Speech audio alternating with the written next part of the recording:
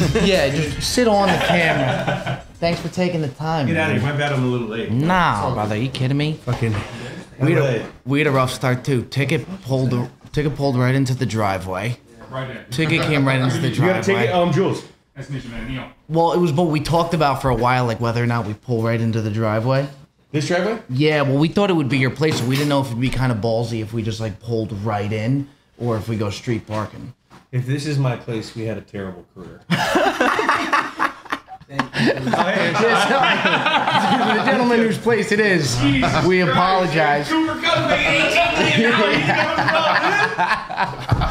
Yeah, I kind of feel like in here, I feel like we're going to go over the offensive playbook. You got whiteboards, you got the whole and we erased everything. We erased it all when you guys came in. Yeah. And you see when you go like Hard Knocks. Proprietary shit. When coaches leave the room and shit, they press the button, something comes down. When I was a player, I would go in when I was a cut guy. Like when I was a line guy, I'm line cut. And I'd be fucking looking because they had the depth charts and they had like little fucking coaching points on each shit. Yeah. That's hilarious. I feel like Belichick's going to pop out of nowhere. If there was fucking... I always told myself if they had that thing mic'd or like hidden film, I would have been gone years ago. Yeah, one of my... Are we, by the way, are we rocking and rolling? Yeah, welcome back, Bob Disperse. Julian, I don't like it. We don't even need the intro. I mean, we just kind of get firing right on into it. I mean, you came in like a bat out of hell. You can't dip your toes, boys. You got to dive right in. Let's go. Right. Do you want me to upgrade my water to the I hope the so. pH? Yeah, that'd be better. Yeah, that's Julian, you didn't have to get that. I appreciate It's it. hospitality. I appreciate it. It's very nice of you. Maybe I should have parked in the driveway too. You didn't? No, I didn't. Thank God you didn't, because then I did. It's not my house. This area is all residential parking. If you park anywhere, you get tickets. I got lucky. I got a spot. Do you know how many Really? tickets he's got to his name right I now? have a BC license plate, so my car's from Canada. I drove it up through California. So these guys have been giving me parking ticket after parking ticket, but I'm not registered in California. I shouldn't probably be saying this, but I'm not registered in California, so I just rip the tickets up. I've never paid a ticket in the last 6 years. That's tough, Cutsy. That's un-Canadian like, really. I know, kind of. It's the American side of me. Canadians Yeah, a little it's a like very- It's the American side of me, I think. It's too capitalist, bro. It's too capitalist for me. It's like a New York Boston thing to do more. Oh no, You know- I get it. It's dude out here. It's gnarly. How long have you been out here for now? I've been coming out to LA. I gotta talk in the mic, or is it catching me? No, You're good. You're good. It's catching me. Yeah. Yeah. I came out to LA probably like 12 years ago. It was like it was my first off season. This is where I came to, like, you guys heard the story where I would train with fucking Brady and be. Yeah. Can you swear? You can swear? Oh, of course. Yeah. Put you there. There we go. My bad. And so we would train out here, and ever since then I've been coming out here in the off season. And my little girl lives out here, so now I'm like in between here and New York, Boston. I'm everywhere, but this is kind of home base because my little girl's here. Would Tom be pissed if you were just like, I'm not coming this summer? Like, it's just not for me. I'd rather just stay home. I never told him, like, he never asked me to come. Let's just say that. In like the early part of my career, he didn't ask me to come. He was asking like Welker and Gronk. You just showed up. Yeah, I just kind of showed up. I was like, hey, bro, you needed someone to throw? He's like, all right, come. You know, when you feel sorry for the kid. And so, you know, I made myself available. And that's honestly what got him to learn me and me to learn what he liked. And that's how we got on a page. And, you know, the rest is history. How much better do you think, like, doing those, like, obviously it was so smart of you to do it. How much better do you think you got just from practicing with him in the off season? You get a lot of knowledge, you gain a lot of human capital hanging around Tom Brady in the offseason, because it's not just the on the field stuff, which he's the guy who's ultimately distributing the football. I mean, we got offensive coordinators, you got coaches, you got all this, but when you get on the field, there's only one guy throwing the ball. So if you're around him, you gotta be around him. Right. You got to want him to know that you have been preparing everything to try to catch his ball. So that, and then also learning like how it is to be a professional athlete. You know, when he was inviting me to the crib after, you know, we train to eat lunch, how is he eating? Oh, he's sleeping. You know, his regimen, his routine, you know, getting his body work, learning and just seeing that and being a fly on the wall in that environment has helped me, you know, pump out 12 years in the NFL. No. At what point did you realize that I mean, you were QB yourself, right? So Yeah. what point did you realize, yeah, I'm not a QB, I'm a wide receiver? Like did you think coming into the league you were going to play quarterback? No, dude, no, not at all. I became a receiver for a reason. I couldn't throw like those guys. But I'll tell you, like the first time we went to mini camp, you go to like rookie mini camp, which it was hard, and it was my first time playing receiver. But there's also some other guys you like, oh, you can out athletic that guy. He's not, other draft picks, all the other guys, the free agents, the first rounders, so you can size guys up, see how they are performing. And then next phase, the veterans come in. And I remember the first day, Randy Moss, Wes Welker, Brady, and they were doing like a 7-on-7 drill. And I was on the sideline watching because I was, special teaming by then. And I saw him put this throw to Randy Moss on the sideline, and it just teardropped. And Randy Moss was running, gave the late hands, just looked like butter. It was so smooth. I was like, yeah, that guy's a bad dude. And it was just the first time I saw him throw. It's crazy. One of my favorite things that you do, watching you, because I don't think anybody's ever done it before you did, and you could tell you just spend so much time around them. Your Bill Belichick impression to me is one of the funniest fucking, because before you did that, nobody would really do a Belichick. You know what I mean? Where you kind of just like took it over, and you could tell you just spend so much time with him. Yeah. I mean, I sat right up in the front row for 12 years and stared at that man talk for at least, he would talk. We would have our first meeting would be a squad meeting. That's usually how it goes. And you break up into O&D and you go from there. And a lot of teams, you see these you look at the Hard Knocks. The head coach goes on there. He gives a 10-minute speech, and then you break up into O&D. Bill would give his keys to the day through a 45-play cut up every morning and be able to talk in front of all the men for like 55 minutes. That's what we would start our day with. And just seeing his little mannerisms. I mean, you're sitting, you're looking at him. I mean, like when you're young, he's over there. And then when he's looking, your ears are back, you're pitted. And then he's like, so like you have all these, so much time hanging around this guy. And I remember one thing I'd always get like, I was always concerned with, he has this podium. Like, so that if you look over in the corner of the room, that's where like the film and the clicker is, and his screen, and then you have the huge projector or the huge screen that the whole team watches in the auditorium. Then he's got a podium when he's addressing the team, so he'll go break that down. And like he does these hand hits. I'm gonna love this so much. He hits his hand like when he's making a point. We need to block, tackle, and he hits it so hard. Dude, I'm like, this guy's got some tough hands. Like, I play in the National Football League, but he hit that because it was routine. That's how every year it was the same. I heard him say the same things for a long, long time.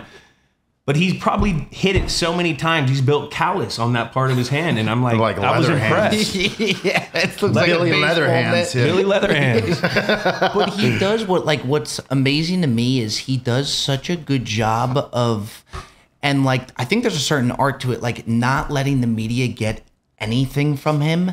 Does he turn the switch on, like when he comes on for a press conference, does he turn the switch off to where he's more closed off, or is that kind of how he is if you went out to dinner with him? Like just not giving you much? No, I mean, when you're talking ball, he's got his antennas up and his radar on at all times. Right. Because that he's been in the National Football League since 1975. That's 50 years. I think 45 years. I mean, he started Baltimore Colts back in 1975. Yeah. He's seen people be burned. He's heard of, guys leaking things and been around. I mean, he's seen a lot of shit. He's old school, man. So, when you see a lot of shit, you don't trust nobody. Right. And that's why you see Belichick at the podium when he's addressing the media. He doesn't want to give anything away. He doesn't. I'll tell you what, though. Bob and we saw him in Jupiter, Florida. and it's the most relaxed I've ever seen Bill. He was on his boat with his wife, and the boat was called Six Rings. And he's just sitting there manning the ship like, we like, Bill! And he kind of like waved us off. And then our buddy Jersey Jerry's like a huge Steelers fan. I think he said, screw the Patriots or something. But he looked so chill. He looked so, I'm always used to seeing him like just game shape, game mode. Too, like it was the most classic like boat wave. Like he was like stone faced, but like it was really very enjoying it. nautical And wave. he just gave like the classic like boat wave as we were going by. It's always fun to see his smile because, like, after you win Super Bowls with them. You toss back a couple beers with Bill, and That's got to be fun. I remember at the one of the Super Bowl parties, or the first one that we won in 2014. Took a shot with Bill. I was like, holy shit, he's smiling. What's going on here? But he's got like an awkward smile. He's like, it's like a guy that doesn't really smile that much. You know what I mean? Yeah. But it's funny. He's a one of a kind, and he's just a football guy. He loves football. He loves competing and all the extracurricular, which makes the game with the fans and the media. Like, he's an old school guy where he's the ball coach. He just wants to worry about football. How can we make better? How can we make better? Is this potentially going to make us worse if I say we're going to, you listen to a head coach press conference sometimes, before the game, they're giving away their game plan. We got to run the ball. Right. We got to do this.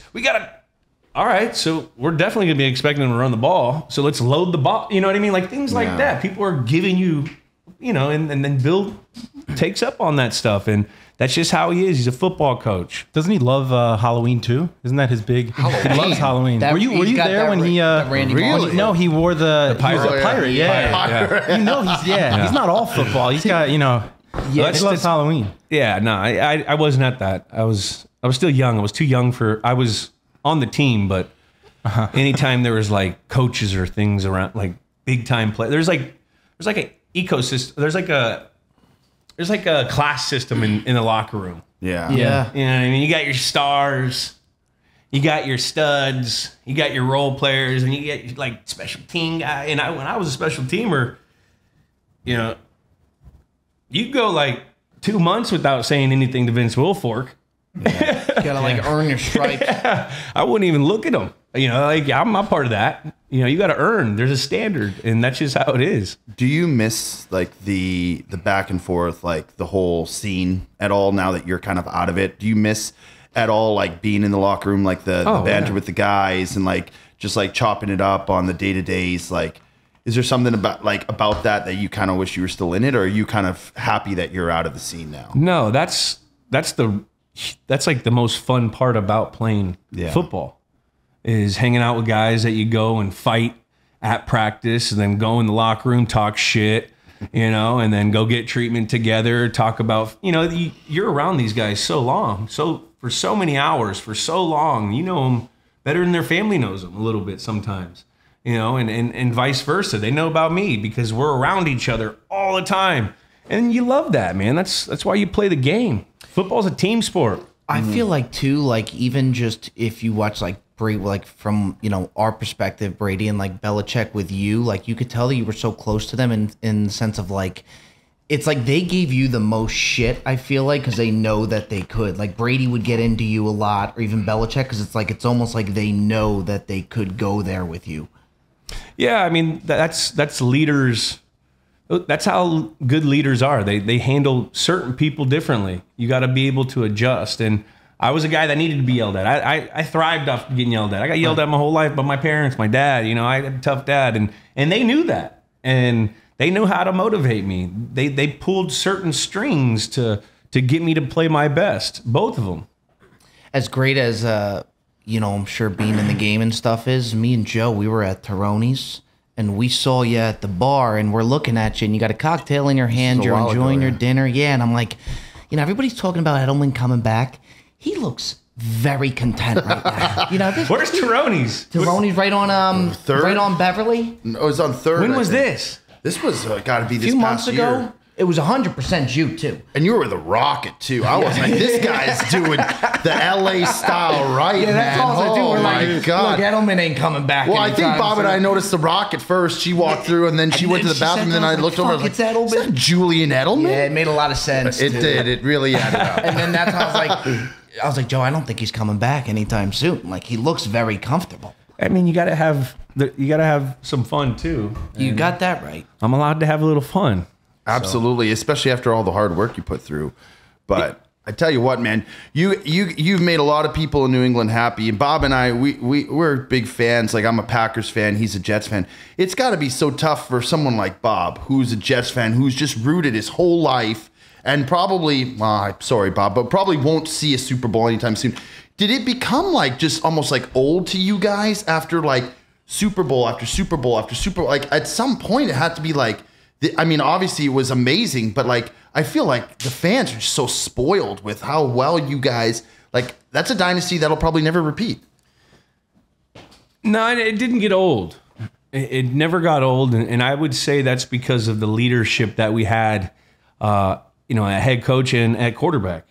If you see Tom Brady working in February, in March, after he just won Super Bowl MVP, and you're not a toenail clipping on the pinky toe of your foot like Tom Brady. You know what I mean? Yeah. Like, you need to.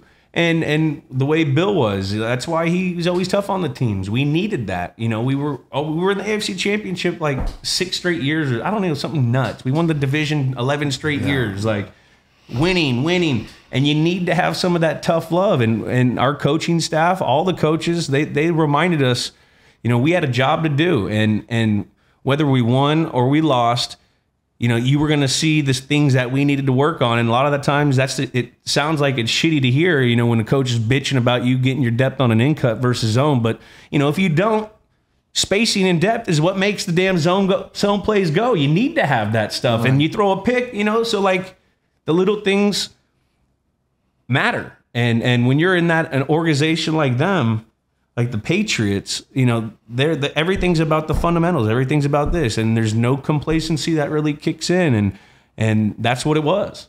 Julian, I got our guy Fat Perez here, and he couldn't make it here today, so he wanted to FaceTime in. So he's gonna have a question for you here.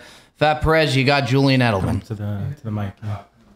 What's going on, man? What's up, bro? Talking about winning, really happy for you and everything, but I'm a lifelong grown-up Bills fan, so some of that shit's pretty tough to hear. But why? You guys, what? You know what? You guys have won. You guys have went to 4 straight Super Bowls. You didn't have the Super Bowls, but in the '90s, you guys were a powerhouse. You're about to be you're a powerhouse right now. I don't feel sorry for Bills Mafia. I like Bills Mafia when you guys were losing. Now that you guys are winning, you guys are getting a little too tough for your britches over here. Big for your britches. Well, we've been saving up these britches for a long time. You'll be good. Brad's got a big old set of britches on I'll tell you, him. the only person more I love comfortable. Bills Mafia. I'm not gonna lie. The only person more comfortable than Edelman at Tironi is Perez on the golf course right now. All right, make it, Julian. I had a tea time. I just couldn't miss. Hey, no worries, man. Perez, A serious question. When you were playing in the league, who was the toughest guy to match up with on the other side of the ball? Who was that corner that you just going into the week, you knew you had to play a little extra, you knew you were going to be just fucking covered the whole day? Well, I was never going to be covered. In certain parts of my career, early parts, yes. Certain part, when you start to learn the position, it's different. But I would say a guy that was always really tough was Revis. Yeah, Revis Island. There's a jet for us. That's a jet, yeah. Yeah, and I got so much better at the receiver position when Darrell came and played with us and we won that Super Bowl in 2014 because I got to go against him every day. What made him so much better than everybody else? Well, his mindset, he was something physically, like what separated him? He's got like a hybrid body. So there's like 2 types of corners. You got your big, tall corners that are made to cover guys vertically down the field, that are made for go routes, 9 routes. And then you have your smaller guys that are quick guys, good at the line of scrimmage. He had a really long pair of arms, and he had like a strong, like short base. So he was always on balance, and he was really great and had a strong punch at the line of scrimmage. And his kicker was, and what made him the best is he would call out your route because he studied so much. He would know by formation, down and distance, certain situations, like you guys are running this concept, and then he would be able to break it. And he was never off balance. That's one of the things. He had, ball skills, great ball skills. When the ball was like in the air, it's called out of phase, where they're like playing your hands and stuff. He always knew all the tricks and trades of how to hold, not get away with it. Like, he was a stud. Perez, Everything. He did everything great. He was good. we'll let you get back to it, big dog. Hit him straight, okay? Get it, boys. All right, bro. End of the day. Thanks for stopping Big by. year for you guys. Bills, let's go. All right, brother. Julian, in all seriousness, okay? Are the Jets ever going to be good? That's a tough one. That's a no. I think that's a no. That's a PR no. That's tough. That is, it's tough. They have a long way to go, that's for sure. But Jets fans have to be excited for the simple fact of what the Cincinnati Bengals did to you last year. Yeah. And you're only a player away, and it's unfortunate with that, but it's also great with that. So you never know with these Jets, but it's tough. They're I don't think they're going to be very good this year either. Do you feel like you see these spreads well? Because you do a lot of gambling now. And, do it's you tough. see it well? Or they pretty much have, the odds makers pretty much have it? Odds makers are insanely good. Yeah. And the thing is, you can't, you don't have, I'm a football player, so, each week, the whole any given Sunday thing is, predicated on how that team practiced, how really healthy are they, and you're not really getting any of that info. Yeah. So it's a coin toss. What if the star receiver, his girlfriend's out cheating on him, he didn't practice the next? That's not always going to be in there. Right. You're not always going to know that, and he didn't practice well or something like that. So it's tough. It's very tough, especially with how they give these points. They're throwing so many points out there. There's 10-point spread, and you're sitting there there's no way this team could. There's no way the Bills could cover 10. It's the National Football League. And they win by 21. And then they win by 30. Yeah. Yeah. They're calling these things crazy. Where I don't like the spreads. I think that a team. I was always a guy that I thought we could have lost every weekend. That's how I'd make myself build that story in my head. Even though we were playing some chumps, we played the Jets. Yeah. Something wrong. They beat our ass when they had Sanchito in the championship. Yeah, for the short time. Yeah, they went to the AFC Championship twice with him. So you don't bet spreads, but will you bet money line, or what do you bet? Just over under, or what do you like to I like dabble money in? lines. I like certain prop bets. I like individual prop bets with carries and or I guess all my friends would always say, "Man, I made so much money off you. You'd have an over/under at six receptions, catches." yeah. I started learning about that once I retired, and I've been looking at all those, and you can kind of see how that goes through certain weeks. That I think I have a better shot at knowing that because of opportunity that's earned from certain. If I know a coach, then I'm gonna sit here well, I remember when I got fucking 3 catches and I had 2 explosion plays. The next week, I was probably going to get 3 more targets. You know what I mean? You can even bet on targets now, too. Yeah. You can bet on projected targets for receiver. It's crazy. But you never know. No, but you that's what's so don't. crazy. It's even hearing that from you, because you would know best just how on point they are, to where even you who've seen the football that you have, just how hard it is. It's one of the hardest sports. The game to bet. script, too, also, if you're betting props bets, how many people would have known, prior to just right up until the point of the game for the Bears game last week, that it was going to be a monsoon? So all of a sudden the whole game flips the script. A real bettor knows. A real bettor's got that. He's got that app. Oh shit! Jeff was looking at the weather in Chicago. We're in the Weather trenches. Because Cuts, football yeah. coaches are big weather guys. Yeah. They wake up in the You gotta morning. know. All right, they throw on the weather. All right, we got. They always have a weather app. There's always a fucking weather app. Did you hate playing in the cold or the wet rain and stuff like that? Is that something that you just hated, or you didn't care too much? I hated the rain because you're a receiver. Yeah. You know what I mean? So it's slick, and if it was cold rain, if you were talking a 30, a 37, 38, but it was still raining, So it's still cold and you can still see your breath, but the ball is slick. I'd rather have it snow. Like I don't mind snow. Snow was always fine. The cold was always cool. The wind sometimes would suck. It gets windy in Foxborough. It's pretty crazy. So the wind's gnarly sometimes when you're like catching punts. I remember there's a few times where you're doing, you're saying prayers before the damn punters punt it because there's a 25-mile-an-hour wind and, the game's on the line and you got to catch that bad boy. There's nothing worse than a muff punt. And when you're watching it and you have say it's like a last drive going down to win the game and then the receiver muffs the punt and you're like, that just cost the game. Yeah. That is the worst play. I muffed a punt against the Bears in a snow game and ran it back. Oh, you ran it back? I ran it back. I muffed it. I got it. I picked it up and I ran and got it. We got called back. Did you like? It got called back. Dane Fletcher. Thanks, Dane. Yeah, shout out. Dane Fletcher. Love Dane. I want never get mad at your guy. You can never get mad at a guy for holding on like a punt return or something. Because if they're holding, that means they're working their ass for you. Yeah. They're working their ass off for you. You know what I mean? Not even that. It's just like they're buying into the system, and everyone's holding. I wanted to go back to your Super Bowl, specifically the one against the Falcons, obviously. Mm-hmm. Now, in that game, so two things. One, the first one is, I know I saw the NFL films, you were mic'd up. You knew the catch you made.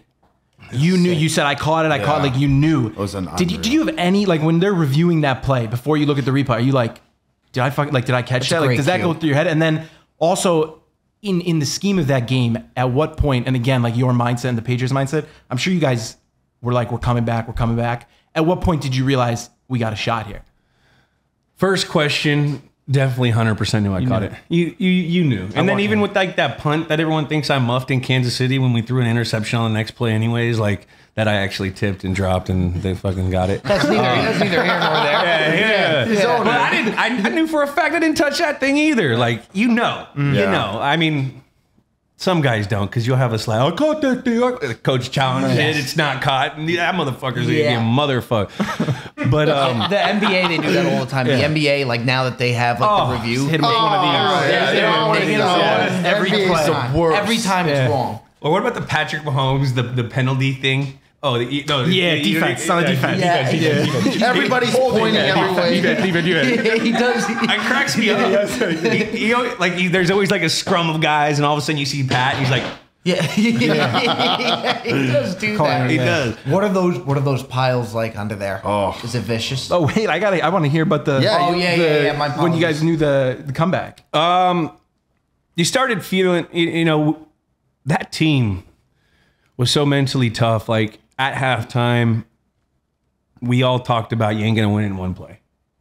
You gotta just do the little things because we were moving the ball. We just turned it over twice in the red area, and we were giving them points, and they were capitalizing. They're an explosive team. The Atlanta Falcons were a really good football team, but then after that, after we scored, I think James White scored, and then you're starting to do the math, and then they scored, and you're like, oh no, and then all of a sudden there was the Trey Flowers sack. Yeah. Mm-hmm. And then that hit, and you're like, "Oh shit! All right, here we go. All right, let me get my head right. All right, what's the next play call for us? We're gonna go." And then, because you're watching, but you're not in the Super Bowl. You're watching. Right. Like usually, you want to be kind of going over, what you're gonna do for the next drive, which you'll do that for 5 minutes. But then after that, like in the Super Bowl, you're glued. And then Dante Hightower had that sack after Julio had a catch or something. Yeah, Julio had that catch, and we're sitting here like, oh, no, that's not good. They're in field goal range.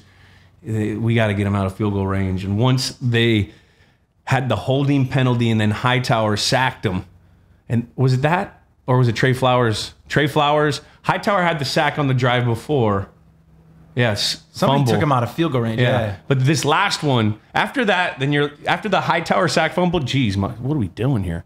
I was like, all right, that's good. And then the Trey Flowers sack to knock him out of field goal range, like that's when you knew, like, all right, we can do this now. Now shit's aligning. There's I don't know what's going on here, but we just do our job. We're gonna be all right. And then when you got the coin toss in overtime, you're like, it's over. It's over.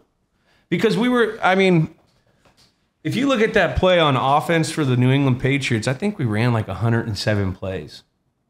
And I remember that week of practice, and and it started there. that was like my first real Super Bowl experience. I played in 11, but I really wasn't playing. But during the prep week, you have 2 weeks, so it's usually great. You get to be healthy, and a lot of teams will kind of like choke it down. That first week of practice, we had like a full-on blue and white scrimmage. We're conditioning our faces off. And after 23 weeks of football, your body's beat down, bro. Like just running is kind of like, that's a lot of load. It's 23 weeks. Like practices are mini games. That's what people don't realize with the stress that you put on all your joints, your ankles, and just competing against another guy. You raise your levels. So we're conditioning like crazy before a Super Bowl. And once we won that toss, we were in such better shape than the other team that like we knew we were going to be all right. Yeah. You know what I mean? It's the best game ever, I think. I mean, it was unreal. Yeah, I mean, you guys had to be at the end of that. I mean, everybody was shell-shocked. I mean, that's one of the craziest things. One of the craziest comebacks I think we'll ever see. Probably, yeah. You know? The whole time you were thinking, you're like, do they think they can come back? They look like they think they can come back. Are you almost happy that like you look at how vicious just the game is and the injuries guys take, these Thursday night football games we've talked about, that like you're just watching these guys drop like flies? Is it almost a relief looking back now that like you had a great career, you won Super Bowls, you got in, you made your money, you're in, you're out, you're healthy? Is it almost like a relief that you're out of there now? Nah, I got some screws missing up there. Like, I loved football, man, and yeah, when you're healthy and when you were young, like you were fearless, and it didn't like you used to. I watched my younger film. Like I was so fucking dumb. Like what am I doing? Going head first in this thing. Trying to know when the journey's over, bro. And I would get sprained ankles and shit because I got a guy on my thing and he's twisting me. Another guy's coming cleaning up the pile. And then you learn and stuff, but like, nah, man. When you're healthy and when you're like feeling good, you miss that. You miss that feeling, that feeling of lining up against another guy, and just knowing he knows he can't cover you, and knowing the situation and knowing how big this is, like now that you're out of it, you were such a well-oiled machine when you were in it. Like you were like, it was programmed. All right, now this is this. All right, now and now like you're like, man, I missed that. So when are you coming back? Yeah, I was going to say, I don't think you know that you just announced you're coming back. Here first. Yeah, pretty much was the announcement. He's back. Nah. But there will be an announcement on the next Games with Names next Tuesday. Okay. All right. I like that a lot. Get that plug in now. Get that plug in. There will not be an announcement, but there could be. Do you, Joe touched on like... the Packers could use you. You could play with that would make Aaron a lot Rodgers. of sense. We'd love a little slot receiver. I mean, if there's anything you could do to help the Green Bay Packers, I tell you what, you want to play with them. They're going to be fine. The Packers are going to be fine. But we need. They're only a little rusty because Aaron didn't play in the preseason. I understand that. And Aaron's over here like, we don't. You don't think having a savvy vet? He doesn't need it, but those receivers need it. With him, they need to feel his ball. Savvy vet like you on the Packers would go. That would be awesome. I tell you what. And Aaron is. I feel like Aaron is kind of like a guy like Tom. Like he's just so regimented that like. I feel like with a lot of these young guys, it's just got to be one or two guys who just shows him something, and then he will make that guy the next superstar. I saw it with Devontae when he was young, when he was a rookie, and he just started building that rapport. And it's like after that time, same with you and Tom. It's like you get that down, and it's like after that, it's just like clockwork. They're running on a different wavelength than everybody else. So he knows when there's a back shoulder pass coming. He knows, and it's just like it looks seamless. Yeah, and that goes with trust. So with quarterbacks like Tom and Aaron, those guys, they want, like, if you go and make a play for them, they're going to come back to you. Yeah. You make another play, then they're building trust. You're building. That's how you're building it. You got to go out and do it. And that's why I got mad that they didn't play in the preseason at all with this young core. Yeah. It's different. Who's Love? It's different taking a 20-yard in cut with a cover a Mike linebacker dropping who's about to knock your head off in Tampa from Love than it is from Aaron Rodgers. You know, and that's experience that you gain. The experience of after a drive in the preseason, and you didn't get the certain depth of your route, and Aaron goes and tells you that. If you hear that from Aaron Rodgers in a game environment, regardless if it's an exhibition or not, he's going to remember that, and he's going to get his 14 yards instead of going 12. You know, and that's the stuff, and that's why I'm not necessarily worried with the Packers, because Aaron Rodgers, I mean, he's probably one of the most. He's probably like when he slings that thing, it's gnarly. It's just like effortless. He could throw a 40-yard pass with the flick of the wrist. It's unbelievable. And he knows how to win. He knows how to play in that division. It's going to take some time, but he'll get it, he'll get it right. He's making a plea right now. He's like begging. He's like, for him. Aaron Rodgers, if we go do some like ayahuasca or something, then I would think about it. You know what's so funny though? It's like I feel like with the NFL more than anything, it's such like an overreaction league to like Packers lose their first game and people are like, "Oh, are the Packers done?" Happened last year too. Next, they rattle off 5 straight. They won something like ridiculous. I think it was 10 in a row. They lost the first game to the Saints at home by like 30 points. It's not a division game though. Yeah. The division, you don't like losing those early. Yeah, but you know what? I feel like I'm telling you, you don't want to lose a division. A game. That's two. That's two game loss. Not everybody has the Jets in their division where they could just. I mean, the Jets have literally been building their team to beat the Patriots for the last 20 years. So, like, they have 13 first-rounders on their defense. Yeah, they do. I mean, like, come on. Let's go, Jets. Yeah, I mean, I'm pulling for them, but I don't see any light at the end of the tunnel with them. I'm hoping, man. I really am. I like Solace, too. There are a few teams that could use you at quarterback. Like, you threw a touch. He's got a 1 touchdown pass. Like, still got two. it? I got 2. Oh, you got 2. I know. two. I remember the playoff one. Yeah. The playoff one? Yeah. Yeah, and we had one against Philly, like 19. In this play, like, it was like supposed to, I had a couple completions where they would throw me a screen, then I would throw it over to like James White to like a wall screen over on the other side. And up 21. no, whenever we were throwing those out, we were always behind. You know what I mean? So we had that play on, and there would always be a guy. There'd be like Philip Dorsett. He would go across to like attract the safety over there. And I'm sitting there, and it's like in the low red. We're like on the 17-yard line or something. And the night before, I see him, and I like throw him in a walkthrough. Like I throw the ball to him, and I don't throw it to the screen. And McDaniels comes up to me. What the fuck? You don't ever look at that guy. Don't look at that guy. I love it. Don't look at that guy. So we come into the game, and fucking they throw me the screen, and the guy doesn't. The guy rips through the blocker. And I look and I see Philip Dorsett, and there's no way if I go back and try to throw this way, I'm definitely getting hit while I'm throwing, which I did get hit while I was throwing, and I'm throwing a lateral, and that's a terrible play. So I gander over and I look at Phil and I fucking zing it to his ass. He catches it for a touchdown, gets his head knocked in. I think he may have got a concussion. And that's probably why you shouldn't have thrown it, because that guy's over there. So, but he got a touchdown. He got a touchdown. 6 points. And I come off the field. McDaniel, you're fucking dangerous, Maverick. You're dangerous. Oh, David. Well, I'll tell you what. We like with our show, it's a lot of golf stuff. But we were all talking. It's like so many people like expect us to have golfers on. When we found out that we could get you, it was just like get them on. Like we don't give a shit, golf or not. Fun. Guy. You got the Games with Names show out now, and it's gonna be fun. We gotta get some golfers on there. We're gonna get some golfers on there. Yeah. We're going to. It'll be fun to watch kind of what you do. I mean, you're such an interesting guy, and bro, I appreciate you guys coming on, and it'll be exciting to see what you do, man. Yeah, well, we're doing Games with Names, presented by WinBet, of course, guys. There he is. And everyone's talking about the GOAT.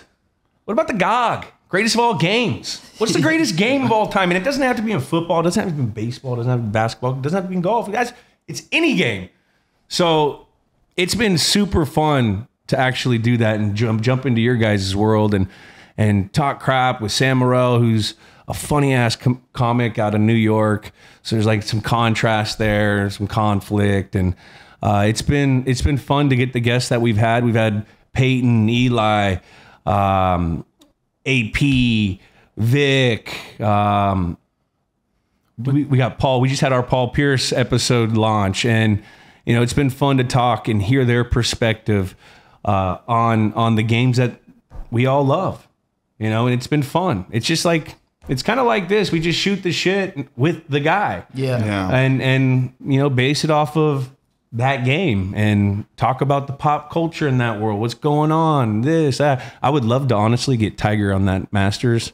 That would be insane. Yeah, work on that. Kyler's gonna Tiger, if you're listening, I'm coming for you, baby. Let's go. Tiger listens. Yeah. Come on, Tiger. We need you. Again, and we'll put the link in the bio there for you guys to click on as well. And Julian, really, really appreciate it, man. Thanks again. We'll be pulling for you. Definitely. Brother. All right. I'm pulling for the Jets a little. Yeah, please do. I'll tell you why. Anytime, I'm in New York a bunch. I work. We do Inside the NFL. Yeah, I've been seeing that.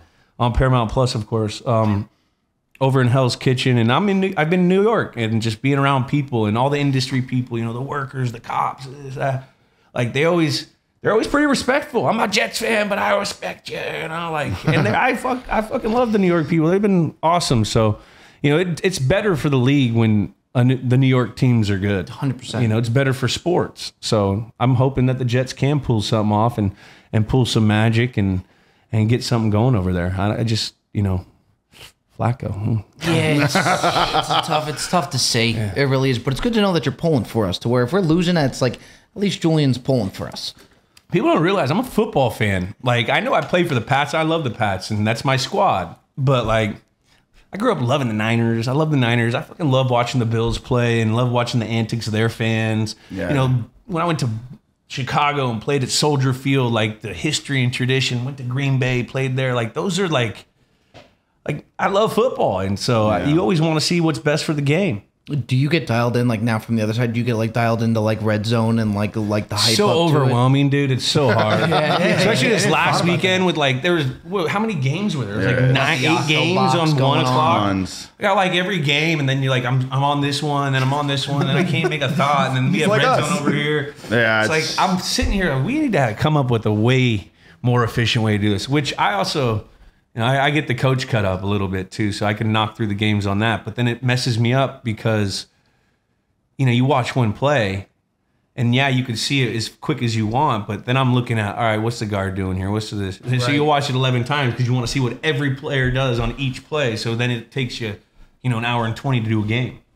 Yeah. Also, too, you're looking at it from such a different angle as us. Like imagine like what we're thinking compared to like what you're watching. You know what I mean? I feel like we see the game pretty good. Like we'll be like, that's a hold for sure. No one else will see it. And we're waiting for the flag to come down. But like he's seeing the guard pull and the tackle. Like he's seeing different individual. You're seeing little things like. It's crazy. Like a lot of people will be like, "Well, why didn't that guard go and get this guy?" You're like, "Well, the guy's on a double team. The center didn't push him out with them, and he didn't. The running back got too impatient with it because like there's like so many different little skills just in each and every play that I've heard for fucking so long, and it's gnarly, man.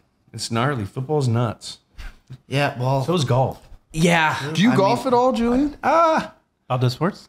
Here that's where we're going. We'll have you on. Where are you guys going? I have you on Bob Does Sports. It's our channel, our YouTube channel. Yeah. I think you'd be a fucking blast out there. Yeah, I think you'd have fun. I mean, I golf. I'm not like terrible. I'm terrible, but like... Well, you don't have to be good. You just got to get out. Like, you seem like you get after it out there. Yeah, you got the personality for it. Fun guy. We'll have to figure it out. But I don't like doing golf in front of like a...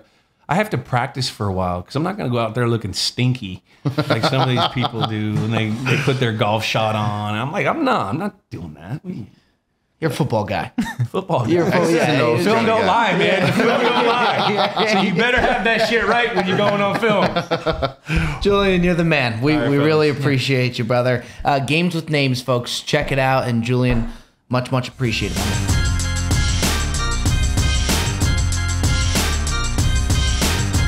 How you like my water? Very good. Much very better than good. what I would have had too. It's crazy, isn't it? 100% cleaner, smoother, better It's not bottle. even that. It's the width of the cap, like the bottle top. It flows so good. Yeah, a lot of times the bottle will do it for me too. Like I don't even think Voss water is that great of a water, but it's such a good bottle. This is great on the golf course because it keeps your pH levels, correct. If you didn't know, it says it right on the bottle. Oh, wow! Wow! Look at that. Wow!